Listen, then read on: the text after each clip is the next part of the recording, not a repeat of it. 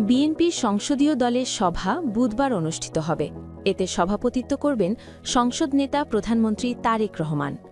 সরকারদলীয় সব সংসদ সদস্যকে জাতীয় সংসদের সরকারদলীয় সভাকক্ষে গুরুত্বপূর্ণ এ সভায় উপস্থিত থাকার অনুরোধ জানিয়েছেন চিফ হুইপ মোহাম্মদ নুরুল ইসলাম।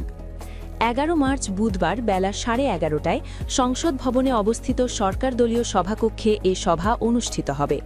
সভায় সংসদীয় কার্যপ্রণালী, শৃঙ্খলা এবং দলীয় অবস্থান নিয়ে বিস্তারিত আলোচনা হবে। ত্রয়োদশ সংসদ নির্বাচনে নিরঙ্কুশ সংখ্যাগরিষ্ঠতা পাওয়া বিএনপি সরকার গঠন করেছে।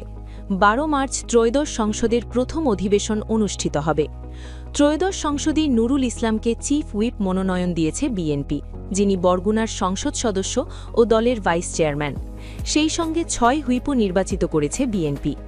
নিয়োগ পাওয়া হুইপরা হলেন হবিগঞ্জ 3 আসনের সংসদ সদস্য জি কে গৌস, খুলনা 3 আসনের রকিবুল ইসলাম বকুল, শরীয়তপুর 3 আসনের মিয়া নুরুদ্দিন আহমেদ অপু, নাটোর 2 আসনের রুহুল কুদ্দুস তালুকদার দুলু, দিনাজপুর 4 আসনের আখতারুজ্জামান মিয়া এবং লক্ষ্মীপুর 4 আসনের সংসদ সদস্য এবিএম আশরাফুদ্দিন নিজান।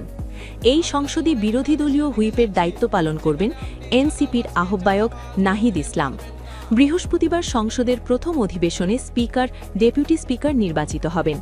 বিরোধী দল থেকে স্পিকার দেওয়ার প্রস্তাব দিয়েছে বিএনপি।